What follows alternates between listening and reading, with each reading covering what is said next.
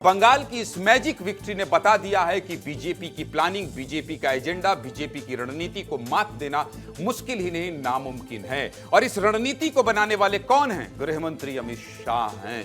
गृहमंत्री अमित शाह। अमित शाह जब बीजेपी के अध्यक्ष भी नहीं थे, गृहमंत्री भी नहीं थे, सिर्फ उत्तर प्रदेश के चुनाव प्रभारी थे, तभी उन्होंने बंगाल को रडार पर ले लिया था। कैसे? अमित शाह ने यूपी में पार्टी के कार्यकर्ताओं से बात करते हुए कहा था कि जब तक गंगोत्री से गंगा सागर तक बीजेपी का परचम नहीं लहराएगा, तब तक वो रुकने वाले नहीं हैं। और इस चुनाव में भी अमित शाह की रणनीति पर मुहर लगी है। क्यों अमित शाह को बीजेपी का चाणक्य कहा जाता है, चलिए ये भी आपको समझा देता हूं। देखिए, अकेले अमित शाह ने बंगाल में कुल 40 से ज्यादा चुनावी रैलियां और रोड शो किए। कितने? 40 से ज्यादा। और किसी भी नेता ने बंगाल में इतनी रैली और रोड शो नहीं किए।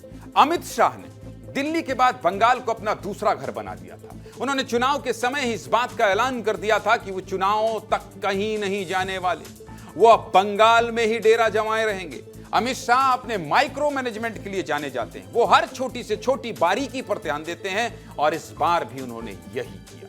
अमित शाह ने इस बार बूथ लेवल इंजीनियरिंग पर फोकस किया। उन्होंने बंगाल में लगभग 20 दिन गुजारे और इन 20 दिनों में उन्होंने सिर्फ रैलियां नहीं की, बल्कि वॉर रूम चलाया और रात भर बैठकर रणनीति बनाई। इस वॉर रूम के जरिए अमित शाह हर एक बूथ का अपडेट लेते थे। अमित शाह ने कार्यकर्ताओं को हर बूथ पर 10 से 15 अतिरिक्त वोटर जोड़ने का टारगेट दिया था।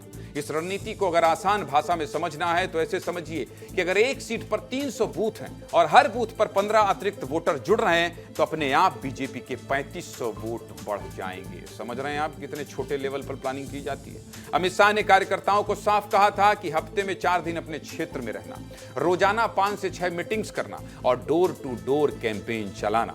इसके अलावा अमित शाह ने एक अभियान और चलाया था जिसका नाम था 100% वोट डालो अभियान। यानी बीजेपी के कार्यकर्ताओं को निर्देश थे कि हर एक वोटर को बूथ तक जरूर लेकर जाना है। तभी इस बार बंगाल में रिकॉर्ड 93% मतदान हुआ है। इसके अलावा पिछले चुनाव में जिन सीटों पर बीजेपी का प्रदर्शन कमजोर था, उन इलाकों को भी टारगेट किया गया। चाहे वो नॉर्थ बंगाल का इलाका है, जंगल महल का इलाका है, बांग्लादेश के बॉर्डर जिले हों या फिर इंडस्ट्रियल जिले हों। यहां पर 80 से 100 सीट ऐसी थी जहां बीजेपी और टीएमसी में कड़ी टक्कर के आसार थे और इन सीटों पर अलग अलग प्रदेशों के बीजेपी सांसदों की ड्यूटी लगाई गई थी। आरजी कर कॉलेज रेप कांड के बाद महिलाओं की सुरक्षा बंगाल में एक बड़ा मुद्दा था। बीजेपी ने आरजी कर कॉलेज की पीड़िता की मां को टिकट दिया और बीजेपी को महिला हितैषी दिखाया और यह फैसला भी अमित शाह का ही था। घुसपैठ और टीएमसी का मुसलमान प्रेम इस बार भी बीजेपी का बड़ा मुद्दा था। इसी मुद्दे के इर्द गिर्द बीजेपी ने चुनाव लड़ा, लेकिन अमित शाह ने जो रणनीति बनाई उसने सोने पर सुहागे का काम कर दिया है।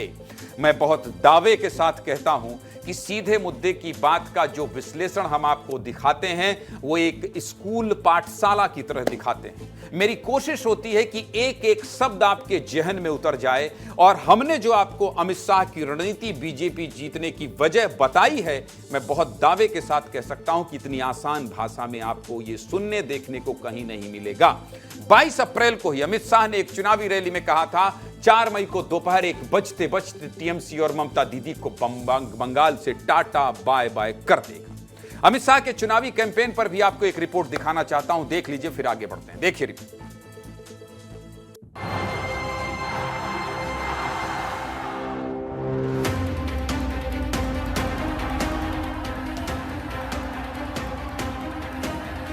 बहनों, 4 मई को सुबह काउंटिंग चालू होगी।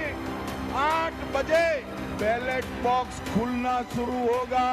9 बजे पहला राउंड, 10 बजे दूसरा राउंड, 1 बजे काउंटिंग समाप्त और दीदी टाटा गुड बाय।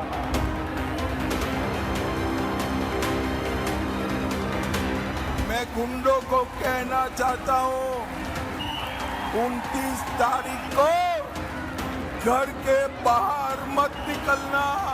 29 तारीख को घर के बाहर निकले तो 5 तारीख के बाद उल्टा लटका कर सीधा कर देगा।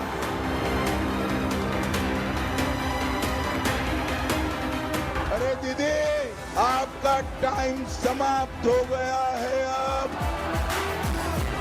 4 तारीख को भाजपा सरकार आने वाली है, भाजपा सरकार।